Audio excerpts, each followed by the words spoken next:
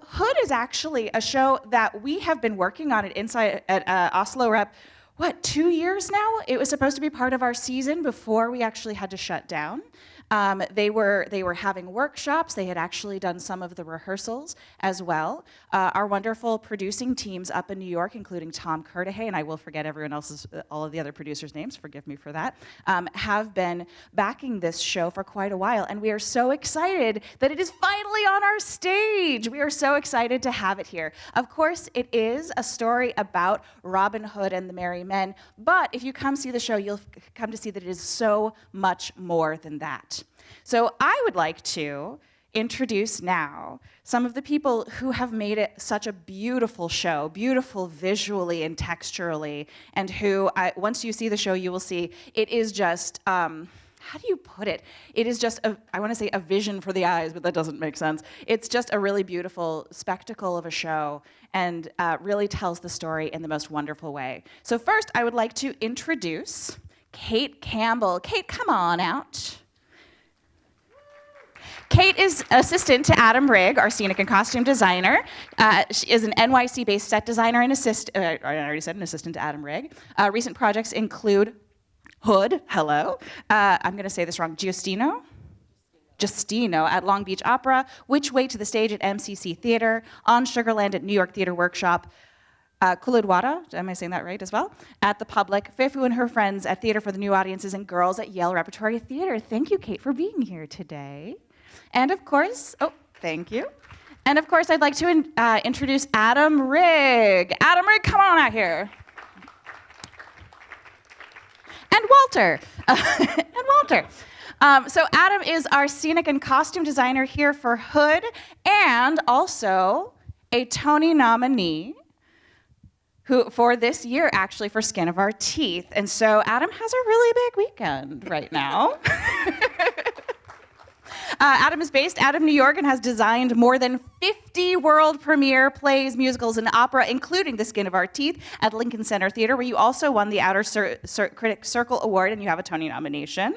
Off-Broadway on Sugarland, Kuludwada at the Public Theater, Fifu and Her Friends at the Theater for New Audiences, Is God Is at Soho Rep, Fabulation at Signature Theater, Continuity at MTC. I mean, the list just goes on and on and on with impressive works. So we are so very excited to have both of them here today. Thank you all so very much for joining us. Is this on? Oh, it is. Yay. All right, so for today's conversation, we hope to explore how a musical is literally constructed and the process that takes place in order to bring a story like Hood to life. So before we begin, let's just talk about how both of you got here. Tell us a little bit about yourself and your experiences in the design world, et cetera. Yeah, so I've been in New York since 2002, just kind of working.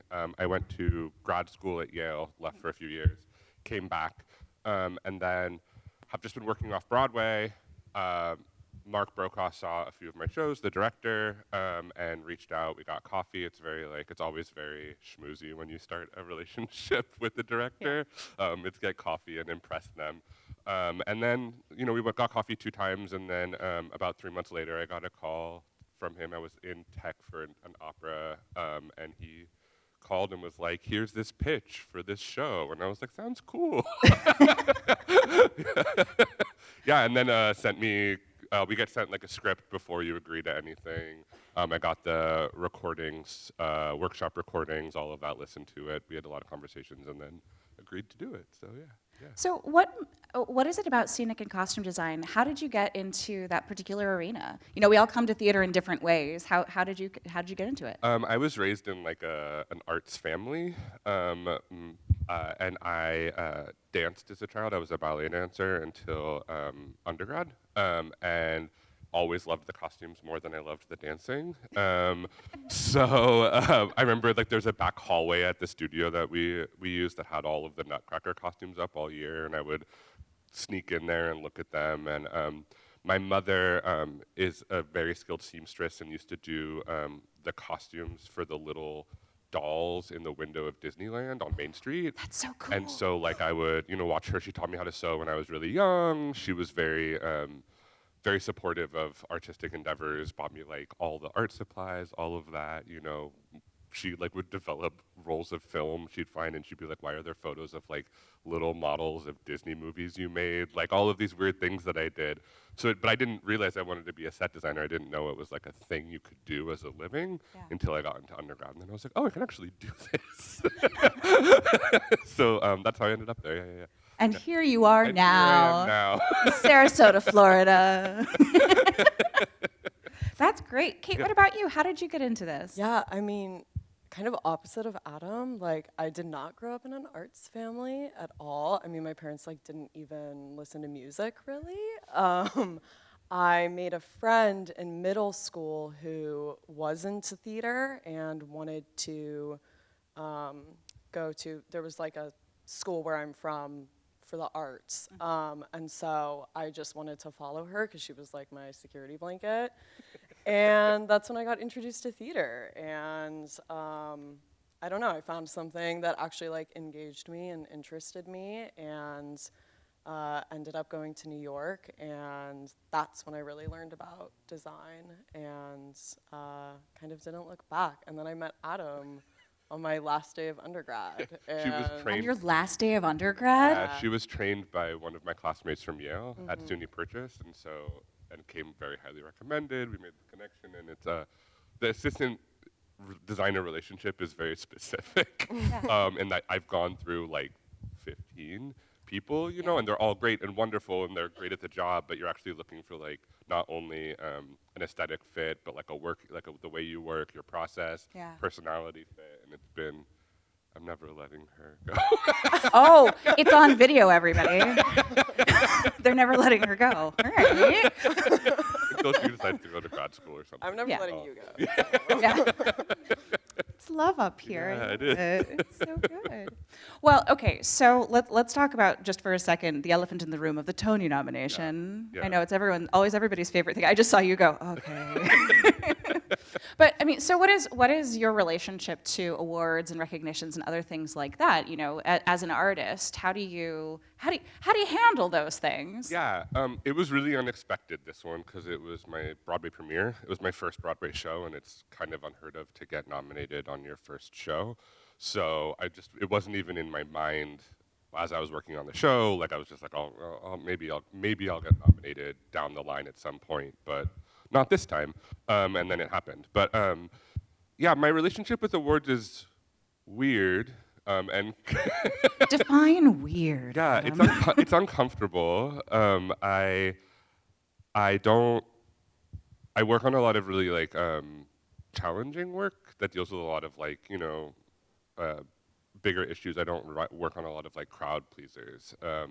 So I don't necessarily get nominated often. I get incredible reviews, which is very nice, but I don't get nominated for awards that often. However, this season has been very overwhelming because I've just kept winning awards, which is amazing, but also awful because you have to give speeches and and you have to do press and all. Like right now. Yeah, yeah. I won the Lucille Lortel, and I had like the worst speech ever. I had like a panic attack on stage. So it's a weird relationship because I didn't get into this. You don't get into design to be at the front. You get in design to be sitting in the theater and watching. The actors and the directors are doing all of this press all the time, and it's not that they love it, but it's like it's part of their job, and they're very used to it. I'm much better talking about my work versus talking about myself. So yeah, it's been a learning experience. Well, and on that note, that's a really good segue, and thank you for that. Yes. Let's talk about your work. Let's do it. Actually, before we start talking about your work, just you know, we talked a little bit about the relationship with the two. Like, what does that look like on a daily basis between designer and assistant? Because you're also a designer in your own right, of course. And so, what does that actually look like as you all are working together on a show? What's your version of that? Because I'm sure no. But helping in multifaceted ways, like beyond, I mean, there's definitely like a lot of practical things that I help with. Like I'll show up to the studio and Adam will be like, here's this thought, and I will draft it in a way that it can then later be properly interpreted and built, or I'll make model pieces. There's also like the other side of things that's like making sure we get to the studio and like being on time for things, which I think is interesting for me because I'm not great at those things in like when I'm in charge of myself, but stepping into this role, I've like learned how to be better at those things because I can do it for Adam. I'm like, I'll do things for Adam that I won't do for myself. And this sounds like love. It just sounds like you work well together, and you know it's about the excitement of the work and actually having like a good working relationship. Yeah. Adam, so then what's your? I mean, I think like designers, artists, theater artists in general, we're like a wide spectrum of humans, right? Like some of us are like the most reliable, on time people. Some of us are living in like a fantasy world constantly, which is me. Like I lose hours to daydreaming that I don't realize I lost. Like, you know, like I'm one of those people who's just like constantly thinking. And so when I was an assistant, it was kind of the same thing. I don't have these skills for myself, but when I was at work, it was very easy to be like, I'm at work, this is my job. Yeah. I think I ask something of my assistants that maybe some designers don't, which is like opinion and taste questions as well, which is like I'm asking constantly, like, what do you think? Like, I'll show you this idea, I want your opinion. Sometimes I'm like, okay, I don't agree with you, but I'm still do what I asked anyways. But yeah, I think like I came up originally through like the assistant and designer relationship, which is kind of not dissimilar to like a mentorship situation where like you're actually being trained in how to do the job. And there are graduate degree programs in design, there's undergraduate degree programs in design, but like learning how to actually do the job requires a mentor and requires, like your hand being held a little bit, being explained. And like, I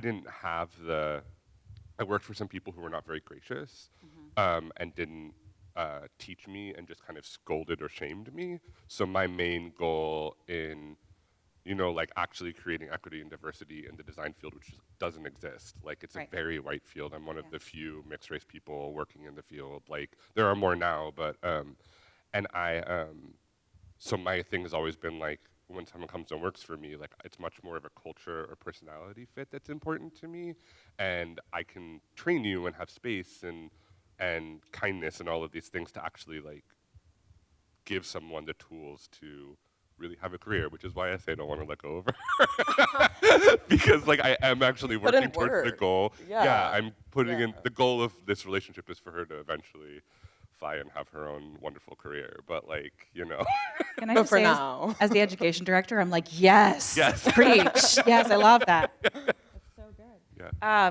Okay, so let's turn a little bit to Hood. Yeah. And by turn a little bit, I mean, Completely. look, this show, Hood, we've got it, it's here.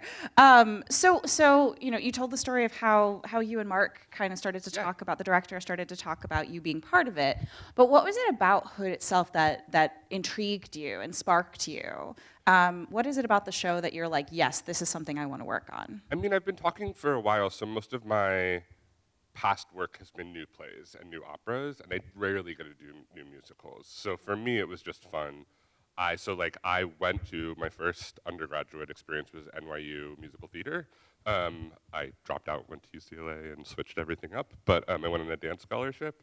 So I really wanted to get back into musicals. And so, and I had seen Douglas and Lewis's last musical on Broadway, Lysistrata Jones, and had like Douglas Carter Bean, who is our book writer, playwright, and Lewis Flynn, yes, Lewis Flynn, who is our lyricist and musical. And so and they did this hilarious, wonderful musical of Lysistrata called Lysistrata Jones, where they set it in like a high school gym, and it was like cheerleaders and basketball players, and it was really funny, and I had a great time, and I loved how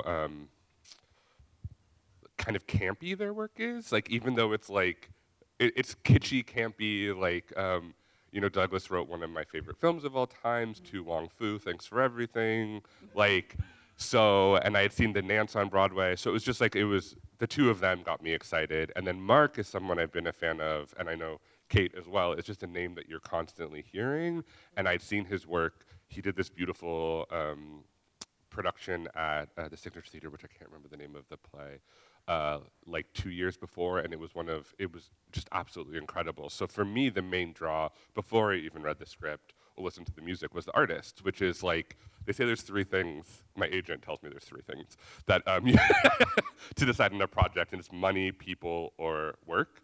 And you have to have 2 of the 3, and as long as there are 2 of the 3, it's a good experience. And this one actually had almost 3 of the 3, but definitely 2 of the 3. So I was excited. And I grew up with Robin Hood. Like, the Disney film was like something we watched constantly. We've been talking a lot about the Disney film as Yeah. we've been talking about the show, because for many of us, that was a very Yeah. it was a very important piece as a and kid. then Robin Hood Men in Tights, like Also a very important piece as a kid. Yeah. My mother was in love with Kevin Costner when I was growing up, so his Also Robin important Hood was piece as a very important in my my home as a child. So yeah, I was like, hey, like this sounds like just. I think the perfect musical is a little bit dumb, and I mean that as a compliment. Like, you know what I mean? Like the perfect musical, like you have to have something that's just like a stupid idea that can kind of like have joy inside of it, like, and I just think the Robin Hood musical is like, it's a dumb idea in the best way, like, it's great. And so it releases the like pressure of it being this like serious piece of theater, which it ends up, I think, having a lot of depth to it, but at the core is just this like fun play that I was really excited to be involved in, yeah. So how do some of those elements, the things that inspired you and sparked you in this, how does that then show up on stage for you? Yeah, I mean, I think like working on a book by Doug is like, it's just playful. Like, it's just playful. It's like he as a writer is just playful. He's a human is playful. Everything's a joke with him, and all the jokes land. So, yeah, so I think my first pass at this was like, what is something that can be like fun to look at for 2.5 hours. I think in general, whenever I design something, I'm thinking about the time someone has to stare at it. Like, if I'm going to sit in this theater for 2.5 hours and stare at something, it better be something worth staring at. So I think the whole time it was kind of like, what are the clever jokes? What are the little ways? What are the details that can make you understand the kind of handmadeness of it? Because originally, there was a whole frame for the thing that this was like a theater company. Mm-hmm. The first draft of the script, they had like a theater company name.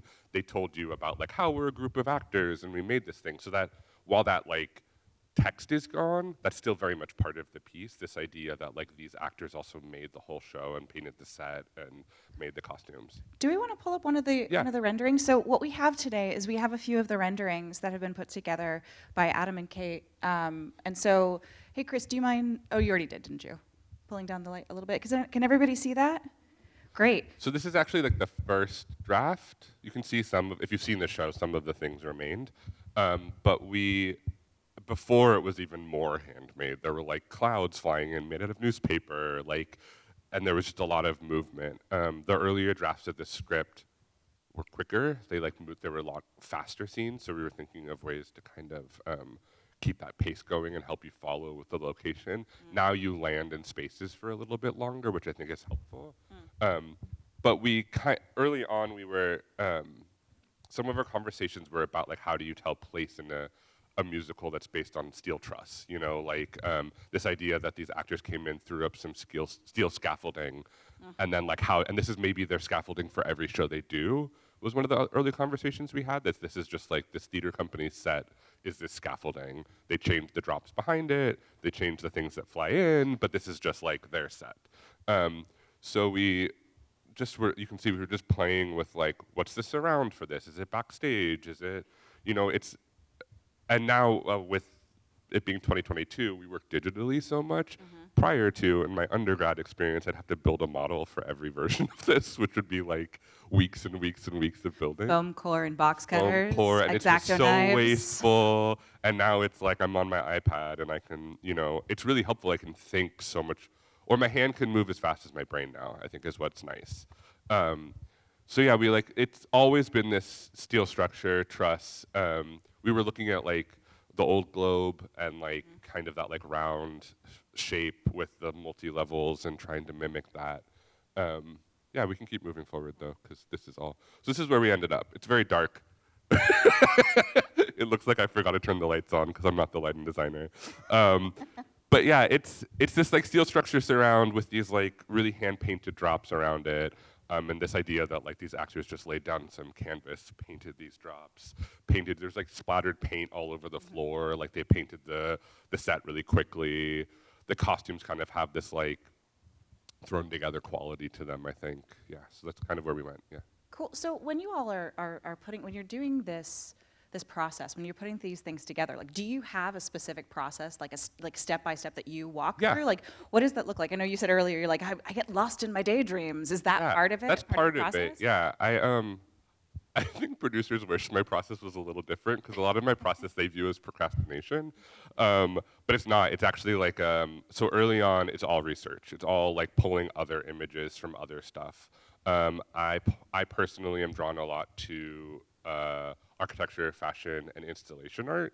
That tends to be where I pull my stuff from. Some people pull from film, some people pull from paintings. But so yeah, a lot of my early conversations with Mark were us looking at images of stuff. He has a lot of like Eastern European movement theater that he's really interested in. So he was pulling a lot of research from like the 80s and 90s of these like puppet artists and people doing really crazy stuff, and which matched well with my installation art stuff and that like kind of out there idea. But then, you know, we after that, so I look at research with that, then we do a really quick first pass with sketches. Either it works, and we're like, yeah, let's keep going down this route, or it doesn't work, and if it doesn't work, that's usually when I disappear for a little bit, because I need to just sit and rethink and recenter, and so I'll read the script again, I'll listen to the music again, and then I'll do a second pass at the same thing with research and be like, what worked, what didn't work, and we'll kind of like cull it down more and get more specific. The hope is that after the research phase, you have like 10 really strong images to move forward with that you can always go back and reference. Because, you know, we're all working, when I was designing this at first, I was working on 14 productions. So like 14 productions? 14 shows. Okay. So it's hard to like, you need to be really concise and really clear, or you can get lost in it all. And sometimes, you know, Mark was working on like 4 or 5 things. Directors work on less than designers because they're actually in the room rehearsing and stuff. So he was in rehearsals for How I Learned to Drive, which is on Broadway, and like deep in rehearsals. And so I couldn't text him every 5 seconds or call him every 5 seconds for every decision I was making. So those 10 images are really helpful to be like, we've agreed on these 10 things. So if I keep going back to them when I'm making decisions and choices, then I know that at least our vocabulary has been established and we agree on that. So what kind of questions do you ask yourself as you're you know, looking at a script and you've talked to Mark and you're moving forward into like how do you get from are these pages in front of me, and then here are these beautiful, like, what questions do you ask? I'm usually asking like, what do I want to see? You know, I think that like, cool. I think some designers are very much like, my hand is not in it. It's kind of like actors. They're like, I love when an actor's like, I'm an empty vessel. And I'm like, no, you're not. You know what I mean? You're good at a certain thing. There are qualities to your voice or qualities to your body or qualities to the way choices you make that are making people choose you for the role, right? So in the same way, a lot of designers are like, I work to the script. And I'm like, that's not true. Not for me, at least. I have a hand, I have an aesthetic, I have things I like, I have things I'm interested in. As I'm approaching a project, I have points I'm already trying to make in my own kind of practice that I'm now like figuring out how I can apply, how I can like dissect that or use that to make a new space or a new costume, you know? So, I think of it like very academically, I think, of that like I'm always trying to make something new, you know, though I think everything's been done before. I think that I'm always trying to think of like, how can I use these things I've seen in the world, this thing I saw on a runway, this thing, that, and how can I put it together, and what's new is the collage of it all. So I'm always thinking about tone, I'm always thinking about experience, story, clarity, like all of these questions I'm having that I'm asking myself and I'm asking the director. And then the big question that I always ask first is like, what is the event? Like, you know, like what is it, in the sense of like, is it a make you cry event? Is it a like, wow, oh my God, my eyes are gonna bleed, it's so much event? Like, is it a calm? Like, what are we looking for? Are we looking for a party? Are we looking for, you know, what is the big event of the piece, and how am I supporting that? And with Mark, with this one, you know, he really wanted to like have like a youthful quality to it, a kind of ragtag quality to it, just to like allow this space for this like kind of DIY thrown together theater troupe working out of a trunk, you know, or a U-Haul van. There was a U-Haul van in the set at one point. They like brought the whole set out of a U-Haul van. Like these are the questions he was, or the things that he wanted to make happen. And then for me, I wanted to be like, well, you know, if this goes somewhere, if this moves, I'm paying $160 for a ticket. I don't want to see a set come out of a trunk. You know what I mean? Like, Right. I want to see my money. Like, I was raised poor. If I got a ticket on Broadway, I want to be wowed. Right. I want to feel like I got my money's worth. So I was like, how do I do DIY, but how do I also raise it to a level that's like, wow, this is like cool, and I'm always looking at something, and I'm, you know, oh, that's so clever. Oh, I love that. Oh, I could never make that myself. The worst feeling I think I have as a designer is when people come to see my set and they're like, oh, that looks just like my living room. And I'm like, okay, well, I thought I went to school for 7 years. Yeah. So we've been talking a lot about like the scenic elements, but you also were the costume designer for this piece. So Elizabeth, do you mind? Thank you. We're going to take a look at some of the costumes as well. Yeah. So this is Anne. One of the ladies in Lady waiting. Anne. Yeah. Talk to us a little bit about this, because now we've heard a lot of words like fun and play and all of the and those kind of pieces. Talk to us a little bit how this integrates into that. Yeah, so we were like, how do you do medieval, right? How do you do medieval, and how do you not make it sad? Because medieval, the people were like wearing like wool and like really rough fabrics. Yeah. The bottom of their dresses were covered in mud. Everything smelled like you know, bodily excretions. Like it was just not like a nice time. So like, how do you make it fun, you know? So we, and how do you also make it feel modern? So we looked at, again, my like runway fashion interest. Gucci in like 2019 did like this series of like zip up Elizabethan. It all looks like Queen Elizabeth, like big rough collars, but they had like sports cuffs and stuff and zippers on it. And I was like, well, that's smart. So like, let me steal that. So we use these like collars, and like all of the sport cuffing and collar, and all the material of the dresses is yoga fabric. Oh, nice. So it's all kind of this like, sportswear that's really easy to move in, really easy to dance in. And then there's a lot of like basketball short material, like there's a lot of like sport striping down coats, things that feel like you know, like leisure wear almost in a way, of like athletic wear, which is very popular right now. Absolutely. Yeah, and so this kind of feeling like maybe, yeah, you know, maybe they found a tracksuit, they took out the sleeves and they added a new sleeve to it or something. And so it kind of feels like half found, half made feeling. Yeah. Yeah, so this is like, everyone starts in these like sportswear-based costumes, very much like a rehearsal room. A rehearsal room with a very controlled color palette, but like Sure. still a rehearsal room. And yeah, all of the fabrics are like custom patterns that I designed to like make sure it all like played in scale together. Can I just say I'd wear those pants? I know, I I'd really wear those want, pants. the outfit I want is the sheriff. And we were looking like all of this is all like Adidas stuff, so we're looking at like real sportswear kind of feel, so like they maybe could buy this. I was also going to say, also, like, you could be out in the forest. Yeah, you know, like You're protected from the weather. yeah, I've definitely worn this before. Yeah, so this is the sheriff. We were trying. I mean, like I think at the end of the day, I was like a kid who loved to organize my colored pencils and like do color combinations. So I kind of have like a insane control over color. Like I think some people would like me to ease up a little bit on it, but so like there's always a really clear color story in my work. Like it's important to me. It's also like old musical theater rules of like you make this person match that person so you know they're related or whatever. So yeah, we chose red as like the sheriff color, very like cliche, you know, red for the bad guy. But like playing with that, it's fun and stupid and easy. Yeah, and so then we made him this like really cool coat that I really want. The costume shop here is incredible. Like the costume shop here is incredible. Like I've worked all over the world and this costume shop is incredible. And they built all this stuff, this coat. it looks like every day I look at it, I'm like, wow, I don't even feel like I designed it because I feel like it's so cool. I had nothing to do with it. It looks like an off-the-rack raincoat with like switched out sleeves. Like that's kind of the idea, is that like they could go to TJ Maxx and buy all of this and just alter it. So then, okay, you did both the costumes and the scenic. Yeah. How do those two things intersect? What is that process like to be able to do both? This one was weird because I worked on set for a year prior to getting costumes, because our costume designer left the production, our original costume designer.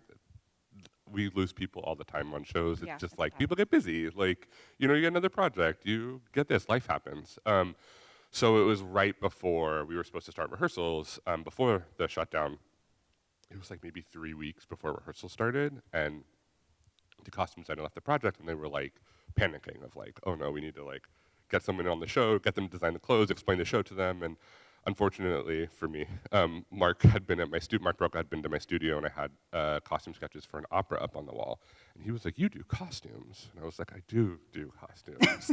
And he was like, can you do costumes too? And I was like, oh God, okay. Then the pandemic happens, or the pandemic's still happening, but the shutdown happens, and afterwards I'm like, do I still have to do costumes? Because like, doing both is a lot. It's really, especially on a new musical, you know? It's easy on like, not easy, it's never easy, but it's easier on a canon opera where we all know it, we know the scenes, we know the changes, we know who's on stage when, we know all of these things. So I can, you know, plan it out in advance. This one I'm still, you know, after this I'm going and doing some new pieces with the costume shop, because like some things have been changed and now there needs to be a new costume. So like, yeah, I wasn't thrilled, I would say. I love the idea of it. I love the control of it, of doing both sets and costumes and being able to really control the color palette and the world and all of that. So that is a gift. Like, you know, there was never a moment where a costume came out on stage where I was like, turned to the costume designer and was like, what are you thinking? Because it's me, so. But yeah, so that's been really, I love doing that when it comes to sets and costumes. And it's a very European method of scenography to do sets and costumes. And even in Europe, when I've done sets and costumes, the lighting designer even is looking to you constantly to tell them how to light the show, which is a bizarre experience coming from the American model of theater. And I think there's good and bad to both. But I do think set and costume being one designer is actually very smart, because it's like the physical world. But it's a lot. Yeah. It's a lot. And thankfully the shops here and Props has like stepped it up. Everyone like steps it up when they know you're one person, because they're like, you can only be so many places at once and you can only have so many opinions, which I have a lot of, but yeah. I also talk really fast. Sorry, it's the New Yorker in me. I apologize. So, just one final question for both of you, and then we do have some time for audience questions too today as well. What do you all want to have the audience feel? What do you want them walking out the door saying? Fun. Yeah, fun. It is like, I think that's like the whole point of this show for me. It's like there's a lot in there in 2000. I mean, it was written, let's be frank, it was written during the Trump administration. Like their early responses were to that, and our experiences is like, you know, it's written by queer men, like, and like, so that's still in there. Stuff has changed, but it hasn't really changed. But stuff has changed in the world. So I think there is this like overarching political statement of like, you know, we all have to be Robin Hood. We all have to, like, you have to actually make the choice as like a citizen to be better for your neighbors, to be better for other people. Like, you know, the change happens with you. But at the end of the day, it's also a really funny musical. And so I want people to like, I think that if you can have something be funny and fun with a little bit of message in there, or a lot of message in there. A little bit of spinach in your candy. Yeah, like, you know what I mean? People listen. People go home humming a tune, and maybe that humming the tune has indoctrinated into them to be nice to someone today, you know? Like, and like, I find myself, I've been humming the tunes for years, like for better or for worse, they won't get out of my head. But like, it does make me like laugh when I hum them, because I think of a funny moment or something, you know? So I think, yeah, I want people to be like, oh, that's cute, and then to also maybe go home and do some better color combinations in their home. That's what. Ooh, I want to have neon. Yeah, I love that. I like people, you know, I like when people message me and are like, where did you get that wallpaper? Like, you know, like, I don't know why. I just like I like the idea that That they want to be up there. yeah, they want to be up there. They want to be Yeah. in it. I think always about like when I see something and I lean forward and I'm like, oh God, I want to go up there and touch that, or oh God, I want to go up there and look at that. That is something that I'm always doing. So I'm really obsessed with like small details and like so that you feel like, oh, like I only saw that for a second. I want to see that again. That like feeling of wanting to project your body onto stage, I think is great. That's great. That's wonderful. Kate, did you want to add? Yeah, I mean, this is the first musical that we've done since yeah. The Pause, Yeah. and the thing that The pause. You make it sound like it's Marvel Endgame. Like the pause. it was Marvel Endgame for me. It is just like that feeling of community. Like first preview, I just got this like really warm feeling when the music started, like just to be with everybody in a room and like listen to some great music and some voices. And like there's definitely heart in the piece and messages to take away. But like I think Adam is right in saying that like sometimes those things can be more effective when it's fun and you're like having a good time. It's crazy what we do, right? We're just a bunch of, we stand on stage. Well, I don't stand on stage. I stand on stage now, but I hate standing on stage. But like a bunch of strangers in a room, all staring at a stage, being like, I love you. I don't know you, but I love you. I don't know this person next to me, but I love you. And we're all here together in the dark, sitting and staring in this like communal thing that we couldn't do for 2 years. You know, like we work in this crazy industry that is so fragile and like sometimes feels pointless, but at the end of the day, like, yeah, like I feel something watching this show that I haven't been able to feel for 2 years while I've been staring at my TV, you know? So even more now, I think like design can really like overwhelm your senses. And a musical, I was so excited to work on a musical coming back because a musical overwhelms your senses, you know? And I think I want people leaving being like, I haven't seen something like that in so long, and it made me excited to be alive, you know? Yeah. Love that. I absolutely love that. Just a quick note, because this is a story that I have. But there was an experiment that happened a few years ago, and they wrote about it in The Guardian. I don't know if you saw this, but apparently when you sit in an audience together, your heartbeats line up with the other people in the audience. Isn't that wonderful? Yeah. And so that idea of like coming together and experiencing something fun and being connected to each other in this industry is just a magical thing. So thank you all for being here to do that. But now we want to hear from you. Yeah? I think your set is the star for me, because every aspect of it drew me in. And I want to thank you because I was so impressed by both the costuming and the set. Oh, thank you. So my question is, why weren't you part, I asked this before we started, who actually does the characters, the puppet heads? Who did the puppet heads? So Nick Lehane did the puppets. He is a puppet artist from New York City who actually grew up with my husband, which is very crazy in Pittsburgh. But he's great. His work is like really. He did this like piece with this kind of orangutan that's crazy and bunraku thing. He makes really cool work. So he made the puppets. I just did the costumes for the puppets. So he did like anything that's like a kind of paper mache shape is him, and then he taught the actors how to use it and all of that. And to the like first act being confusing, it's so funny because for us, the second act at first, now the second act makes a lot more sense to me, but the first act I was always like, this is amazing. I think like that's the thing about like a new play is any night you see it, it's a different play. I think if you probably came back next week, first act would make a lot more sense to you. Like there were a lot of, was it this Tuesday or last Tuesday that you saw it?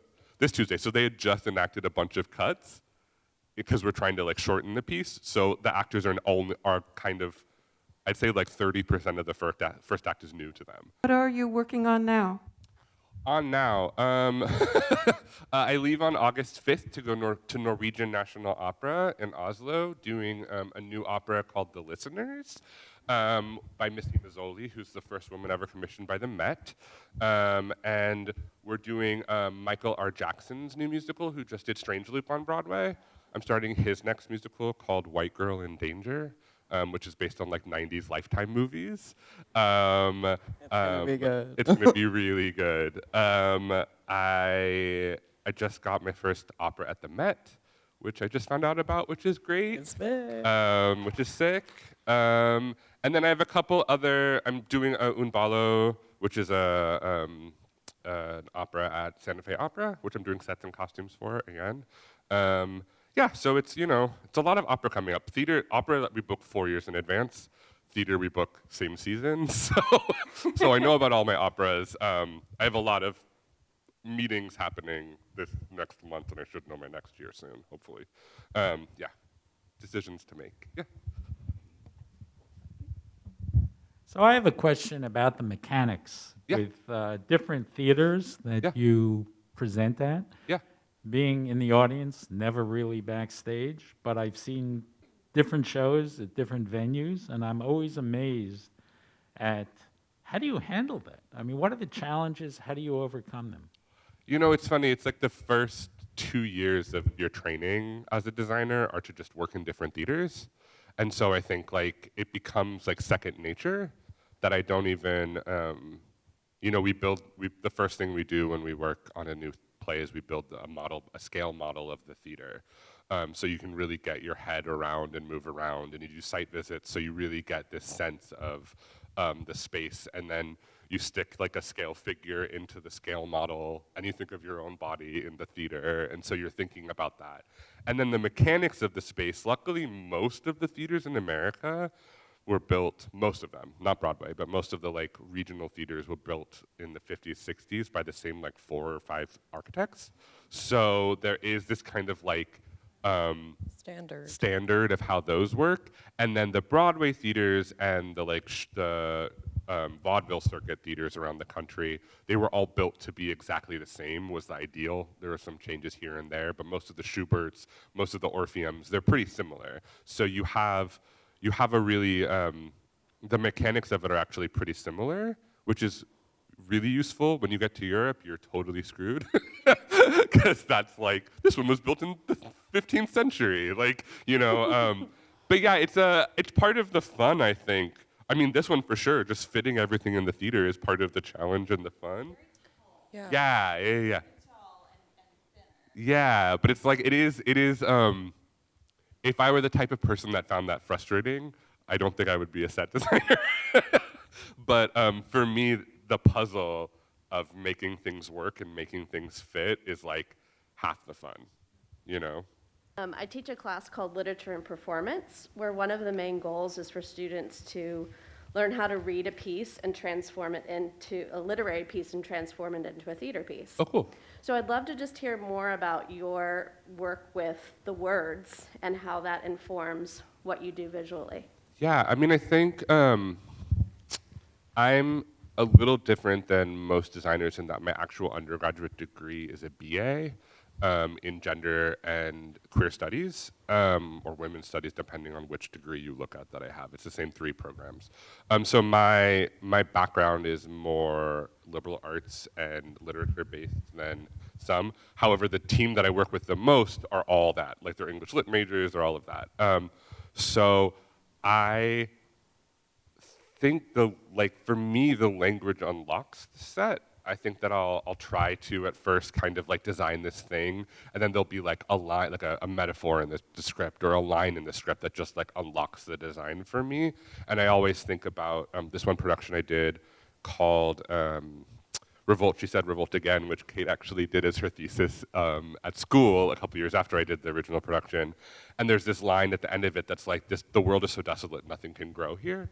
So the whole set was like a plywood floor with like potted plants that like got spilled over, and the roots couldn't set and grow, and like nothing could grow there because it was plywood. So it's like I'm always thinking of like the metaphors, or in the text I'm looking for like the thing that unlocks my scenic metaphor, because I think the most successful designs have one scenic metaphor or one costume metaphor. You don't muddle it, Yeah, totally. Like sometimes it's just answered like on the page, like simply.